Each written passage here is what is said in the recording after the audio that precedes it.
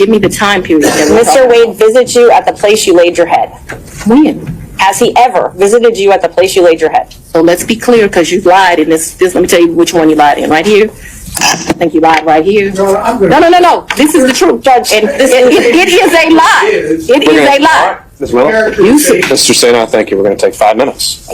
And that was the great lawyer, Ashley Merchant, great trial lawyer, in one of her exchanges with Fani Willis, who she has been working to try to get off the case in the Rico, Georgia indictment involving election fraud. She represents Mr. Michael Roman. Ashley, welcome to Brian and Bod. We're so glad to have you. Thanks for having me. It's great to see you. And I know that Michael wants to start out that he has some questions he's been dying to ask you. Yeah, Linda, you'll have to leave now because Ashley and we got a few things to talk about. So let me start with this, Ashley, because I think there had to be a moment during this preparation. And we're going to get to the appeal. We're going to get to all of that. But the moment in the preparation where you're investigating what you think is this inappropriate relationship or the timing of the relationship, what was that moment, that bing, like, oh, man, I got something here? I think it was really when I got the vacation records. That was the last thing. When I got vacation records that actually had Fani Willis's name on them, them together, because at that point I had talked to a lot of people who had seen it. But, as lawyers, it's different when you see something on paper, you see a receipt. It's sort of like DNA. It's the one thing that witnesses, may have memory issues, they may have perception issues, but when you see DNA or you see it on paper or a receipt, it's kind of like, oh, wow, it's real. So that was really the final sort of nail in the coffin on it. I mean, I always thought it was incredible. The entire time I was like, wow, is this really happening? Did this really happen? But when I saw it on paper, it was just, that was it. And then you had the hearing, all right? Let me start with the newest, the appeal. Tell us. Right. So the appeal, I'm very happy that Judge McAfee granted it. Hopefully the Court of Appeals will grant it. Now we have to ask them permission. It's one of those things because it's early in the case. You've got to ask permission from the trial judge. Then you got to get permission from the appellate judge. But I think it's an important issue because if we are right and she is supposed to be disqualified, which I think we are, then the entire process, if we went to trial, it would all be undone. So if we went to trial tomorrow and the court later says, you know what, she was interested, we got to start from square one. And I don't think anybody, whatever side of the aisle you're on, wants to have to do this entire process again. Well, let me tell you, if you were in New Jersey, or I'm admitted initially first in New Jersey, then all the other states, they have the strictest in any situation. If you think about the appearance of impropriety, it's impropriety. It doesn't matter if it actually is the actual impropriety. It's the appearance of impropriety to keep lawyers on the straight and narrow in the public. And one of the things I want to talk about later on, we won't talk about it right now, but the elephant in the room, the issue of race dividing people here. But let's go past that. Michael, second question I know you told me you had. Thank you. I want to talk about the decision by Judge McAfee. And, I like to throw around legal words here because, I'm an attorney. So that decision was bullshit. It was such a cop-out to do what he tried to do, whether it was because he's up for election, whether it's because he wants to continue dealing with the other professionals in the area. But he let her run roughshod over his courtroom. In 2020, I lived in South Fulton. Okay. That's the only place I lived in South Fulton. That's before I had to abandon my home, Judge. Right. And at my home in South Fulton, he never came there, okay? So if you don't come someplace, you can't live there. As well as that's an act of caution. That's going to be the first time out to caution. I'm going to listen to the questions as asked. And if this happens again and again, I'm going to have no choice but to strike your testimony. And then he, bows down to her in this decision. Those are my thoughts, of course. I'm not putting those words in your mouth. But when you got the decision, thoughts? When I first got the decision, I was just extremely disappointed. But you know how it is when you read something and then you try to figure out what actually happened. What is he trying to do? As I sort of read it, pondered it, thought about it, I kept thinking, he's trying to tell her to step down. And I really think that's what he was trying to do. I think he is trying to tell her to do the right thing. One of the big issues that keeps coming up is delay. Is there delay? Who's causing the delay? Who wants it to go to trial now? Is it political? And I think that opinion was telling her, you know what? This is causing delay. If you get out, then we can move on. And that's the one answer that made the most sense to me. A disinterested prosecutor would read it and say, I'm going to go ahead for the interest of the case, the interest of justice. I'm going to go ahead and step aside. And there's a process for that. It's easy. We have district attorneys. We have 49 across the state. Any of them could pick it up. You know, if it's really ready for trial and it's ready to go, anybody could pick up the file and get ready in relatively short time. The fact that she didn't want to step aside, I think, is telling about how interested she is. But I really do think that that's what the judge was telling her in that. Yeah, there's no doubt. I've tried and convicted her of first-degree arrogance, so there was no way she was ever going to step aside. Okay, I'm sorry, Linda, go ahead. Well, no, but they're trying to get you off the case now on the basis that you once said nice things about Nathan Wade, and I think maybe nice things about Fani Willis when she was going to replace the previous district prosecutor, district attorney. And for people that some states, as you know, has DAs, some have prosecutors in your county. Doesn't make any sense to me because that seems to me to enhance your credibility that you once thought well of them. Linda, I totally agree. I mean, I thought that it enhanced my credibility. The fact that I have supported them, I have known both of them for 20 years. And I supported both of them when they ran for office because I thought they were the better choice in the election. And, you know, a lot of times when we're voting, we're choosing between two people. There's no third door. We don't get to write in who we want. We're choosing between two folks. And I thought both of them were the most qualified candidates running at the time. I think that lends to my credibility, the fact that I knew them, the fact that I liked them and supported them. And I was compelled to bring this forward when I learned about it. I mean, I have a duty to my client to represent him. And when I learn about something that is disqualifying, when I learn about something that I truly believe influenced the decision to indict my client, and I think the big issue is, you know, my client was not recommended for indictment with the special purpose grand jury. Oh, I didn't know that. I didn't know that. He is the only one that the special purpose grand jury did not recommend, but was added later on to the indictment. So, you know, we have even a stronger argument than everyone else that we need a disinterested prosecutor, because why is my client added to this indictment later on when he wasn't even originally investigated? How did you feel about the fact that you had to go investigate? Because I know you do something like I would do, investigate the matrimonial files, see if you could find any issues that would have propped up based on hearsay or rumors or maybe some inside information or information that you had gotten. How did you feel about that on a personal matter? I felt sick to my stomach. I mean, honestly, I just felt sick to my stomach. I was very disappointed. I was angry also that they did this. You know, this is an important case for everyone, no matter what side you're on. It's a very important case. It's a case that if you're going to take, you've got to make sure that you're above the law. And so I was really disappointed. It just seemed really sloppy. And, you know, disappointed that I had to bring it. And I knew I had to bring it. And it's one of those things when you have this information, you have this in your file, you can't let it go. What you said was you won't sleep with people who work under you. Do you not consider Mr. Wade working under you? I consider Mr. Wade to be an agent. Agent? Yes. An appointee is what I really think of him as. Your point, whatever Meredith has, Ms. Merchant, is on the record.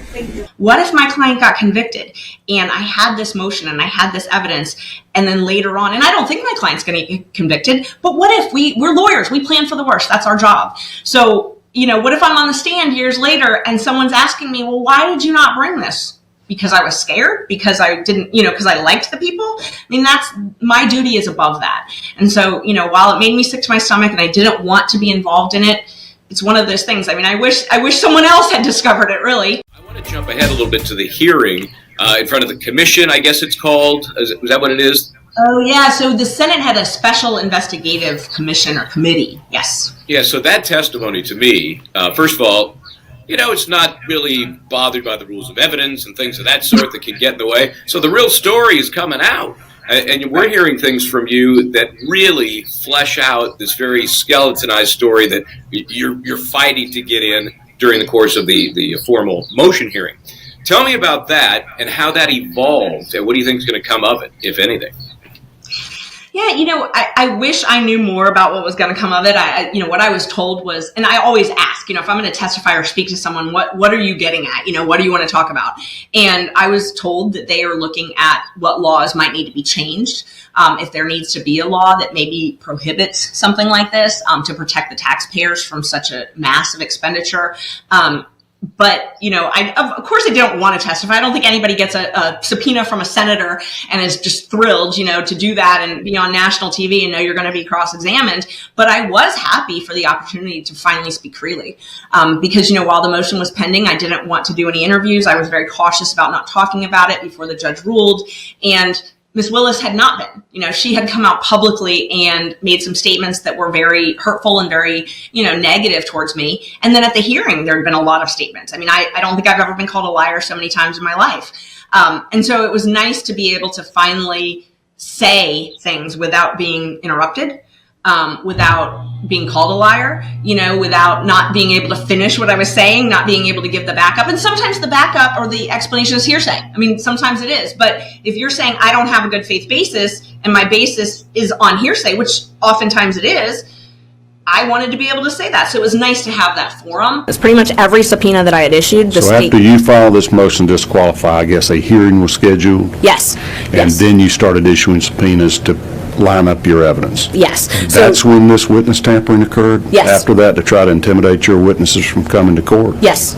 So, and let me walk through the timeline. So I filed this on the 8th. The next thing that happened was Ms. Willis testified. I say testified. She spoke at a church on Martin Luther King Sunday and was making some statements about why did they single out Mr. Wade.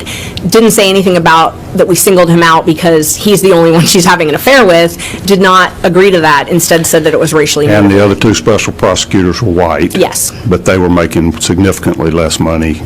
Right. And she even said, to the church, she even said that I'm paying them the same rate, which is not true. Mr. Floyd's contract is for $150 an hour. It's never been $250 an hour. So that, one of my kids was listening to it and, said, come listen to this. And I listened to it and I was like, wait, that's not true. I hope personally that the expenditures are looked into because, that's a lot of money, and when you look at the vacations, they're acting like these vacations are nothing. But it's like $20,000 over the course of 6 or 7 months. That's a lot of vacation money. And the taxpayers of Fulton County, there's a lot of them would love to be able to take a vacation like that.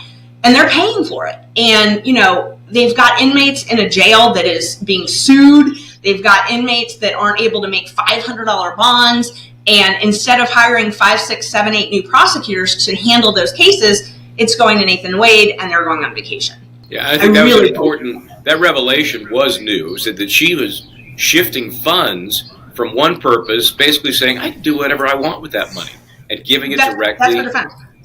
Unbelievable, the arrogance. She has said, their defense is that she is a state constitutional officer. So she has taken the position that she does not have to follow any county regulations. And the county regulations say, you can't do this. They say it 10 different ways, you can't do this. She's saying that she doesn't have to ask the county for permission to use the county taxpayer money to do this. It's unbelievable. So I hope that, the law is already there. It's just, is someone going to make her actually follow it? So, that was what was interesting with the Senate. They were asking me, well, what law do we need to change? I said, you have the law, it just wasn't followed. So you just need you need someone who will hold her accountable for actually following the law that's already there. Well, you are involved now in this is a RICO case. It has a high-profile defendant, Trump, the former president. And my politics may be that, he should be convicted. I'm going to tell you all right now. So there's no... But I also am a lawyer, and I believe that the law should be followed. So with that in mind, she also has issues with other trials. She's got another RICO case against a case that's been going on, Young Thug. It took like 8 months to pick a jury. They've been in trial for 4 months. They're getting nowhere. They have days that sometimes start at 3:30, and it may go to 2027. So how do you justify then, Ashley, from your end, or how to use the fact that the office seems to be using all these funds for all these high-profile RICO cases that take forever that aren't going anywhere? It's awful. It is one of those situations where it's definitely a misuse of funds, and I don't live in Fulton County anymore. And one of the reasons I don't is because our house used to get broken into all the time and nobody did anything about it. So we moved to Cobb County where they do care about burglaries and they care about property crimes and they care about violent crimes. There's a reason that we have federal court, and I fully believe that sometimes you can prosecute RICO in state court cases, but that's what federal court is for. State court is for the property crimes, the violent crimes, the rapes, the murders, the burglaries, the robberies. I mean, that's what we normally see, and that's what you expect to see. When you take a RICO case and put it in state court that's not equipped to handle it, you see what you have in the YSL case. You see a 3-year-long trial. I mean, Linda, just think about those jurors. Can you imagine if someone asked you, can you leave your job, your family, for 2 or 3 years to listen to a trial? No way. I would lose my mind. No, and as a matter of fact, wait a second, I put my thumbs up and the rain came on. Oh my gosh. I don't know why that happened. But what was going through your head at the moment? She's standing next to defense counsel's table. They're simultaneously making an argument for her not to testify, to quash the subpoena, and she's standing there dying to get on the stand. That was bizarre. What was going on in your head that moment? It was. You hit it, Michael. It's so bizarre. They had literally filed motions to quash, fought to the death to keep her on the stand. I mean, thrown out everything to keep her on the stand. Called me every name in the book to try to keep her off the stand. Can I wait too long? Just a moment, Ms. Willis. So, Ms. Cross, I don't know if you want to speak with Ms. Willis now. It's sounding like maybe they're withdrawing the objection to the motion. I believe the motion to Or does Ms. Willis want to take the lead here? withdraw the motion to quash Ms. Willis. Based on I'm ready to go. Okay, so the position of the district attorney at this point is that she's no longer contesting the subpoena. Ms. Mershon has called her as the next witness. I mean, it was clear that she had not talked with her lawyer. But at the same time, it was clear that she had something she wanted to say. I thought it was staged to a certain extent, but I don't believe that her lawyer knew. But I do think it was staged with Ms. Willis because it was very dramatic. It was very dramatic. But it's like your client, when you're a defense lawyer and your client wants to take the stand and you're like, stop talking. And they just keep talking, to the police or whoever. And you're like, stop talking. It felt kind of like one of those moments. So let me ask you your reaction to some of the witnesses. We talked about Fani Willis. Nathan Wade, what was your reaction? I was surprised. I thought that he would have prepared a little bit better for all of the questions. I testify a lot as a defense lawyer. We always have to, if we try cases, we're testifying later on. And you do a certain amount of preparation. Some of the responses, the unknowns, knowing how scrutinized this case was going to be. I think I would have looked at my phone records. I think I would have looked at my bank records. I think I would have been a little bit more prepared. So that definitely surprised me. He definitely thought that everyone was just going to take whatever he said. But he didn't remember stuff too. And he would have long pauses. And so, it's surprising that he hadn't taken it, I don't know if more seriously is the right word, but had really prepped. And I mean, there's different reasons why he maybe didn't prep. Maybe he wanted to be vague. I thought that was a real possibility. Maybe he didn't prep so that he could say he didn't remember honestly, and could give vague answers. I think that that's a real possibility. What about the former Attorney General? So Roy Barnes, is that when Roy Barnes testified? Yes. Yeah, I love Roy, and everybody did. When he testified, I don't think it was relevant. It was not relevant at all. It was literally to say, hey, look who I have. I've got him on my side. But the thing is, Roy is my friend too, and he is all the defense lawyers' friends. And so, He was charming, right? Oh, he's great. I mean, I've been to his house. He lives right up the street. Like, he's awesome. I love him. I love his kids. Like, he's just a great guy. So it's one of those things that's like, you're trying to say, oh, look who I have on my team. Is that But really? he wasn't on her team because he didn't want to be on her team. But he didn't pick it, right? He decided not to do it. The most significant thing that came out of his testimony really was the fact that Nathan Wade was in his interview when Fani was interviewing him to take this case, and that it happened only days before Nathan took the case. So their whole, spiel that she had been looking for someone to take this case for all these months, and it was really, really hard and stuff. It was like 5 days before that she had met with Governor Barnes. a couple days before, and then she takes Nathan. It didn't sound like this huge national search to find some, independent prosecutor. It didn't sound like that. On a very important case. I mean, this is, again, as you said, no matter what side you're on, this is a very important case. And my feeling was, everyone is looking at you. Why would you threaten this important case if you're on the side of, hey, she's the good guy, a good person for democracy? Why would you threaten it even by having a relationship? I know she has a right to have one if she has one, but why would you even threaten it at this point? One more witness. Terrence Bradley. Just sad, just disappointed and sad. What I always tell witnesses is tell the truth. That's really all I care about a witness doing on the stand. I just want them to tell the truth. Like, the truth is the truth. We can't change the truth. And so it was disappointing. At first he couldn't say anything because it was privileged. So that tells us all that he had knowledge, direct knowledge, but he wasn't saying it because it's privilege. Then all of a sudden, when we got around the privilege, it goes to, I don't remember, or it's speculation. So, it's just really disappointing because it can't really be either. If you had direct knowledge, and he gave me, I think it's really important to note, he gave me a lot of contextual details that I verified. And, you all know as lawyers, that's what you do to determine the credibility of a witness. You take what they tell you, and then you try to verify certain parts to see if it's credible, certain context. And, just little things like he had told me that Fani's daughter had left her university in Florida and had moved out west to go to college. Now, did he get the reason she left school wrong? Yeah, apparently, he thought that she failed out. Apparently she withdrew because of COVID. But the fact that he knew that she left FAMU and went out to a university out west, that's details that shows he had intimate knowledge of what's going on. He had actual personal knowledge. Yeah. What other details did he give you that wasn't relevant in court, but that to you showed that he was telling the truth? The trips. He had told me before I saw any receipts and had any idea where they went, he told me they had gone to Belize. I mean, that's very specific. He specifically said they went to Belize. He said they went on a cruise. He said they went to Napa Valley. I mean, those places, then when I saw those receipts and said, oh my God, these are really the places. Another detail that was really significant to me was that Terrence told me they met at a judicial conference. It was they were both municipal court judges and they have their own conferences. He told me they met at one in the fall of 2019 and that Nathan was speaking at it, and that Fani had attended it. So I did an open records request to the college, the legal education college, and got records showing Nathan was on the agenda as a speaker and Miss Willis was an attendee. So that was another thing that corroborated. That was significant. How would he know that? How would he know that if someone hadn't told him that or he didn't have knowledge of it? Let me ask one last final question. If you could put a percentage or an odds on the appeal being successful and this case going forward, can you break that down and tell me what your gut says? Yeah, so I do think that they will take the appeal. I think it's an important enough issue. Once they do take the appeal, it takes about 6 months for that to work its way through the system. I think a lot could change in the next 6 months in our county, in our country. We have a judge facing re-election. He has 2 challengers. We have a DA facing re-election. She has 2 challengers. And then we have the presidential election also.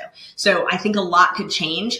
I think a 6-month break while the appellate court looks at this and while all of these elections work their way out is probably in the interest of justice anyway.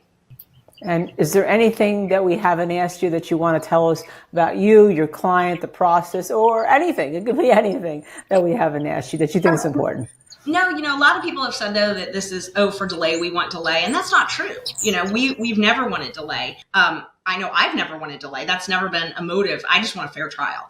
And nobody wants to try a case twice. So we want to make sure that we have a fair trial. We have a prosecutor who's not interested, doesn't have all of these issues. And, one thing that nobody's really talked about is think about what jury selection is going to look like now. You want to talk about delay.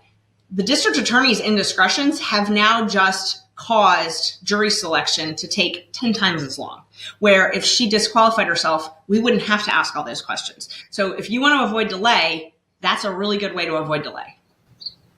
Ashley Merchant, we obviously thank you very much for your honesty, your professionalism, and no matter what side of the aisle you're on, this is a very important case to make sure that the legal system stays out of the politics in a matter and just looks to the facts and looks to a proper result of justice. Thank you so very much. Thank you. Keep fighting the good fight, Ashley.